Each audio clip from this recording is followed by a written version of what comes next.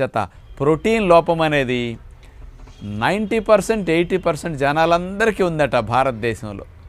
అంచేత ప్రోటీన్ లోపం ఉంటే హార్మోన్స్ ఉత్పత్తి తగ్గిపోతుంది, కండ పుష్టి తగ్గిపోతుంది, రక్షణ వ్యవస్థ తగ్గిపోతుంది, మజిల్ వీక్నెస్ ఎక్కువ వచ్చేస్తుంది అన్నమాట.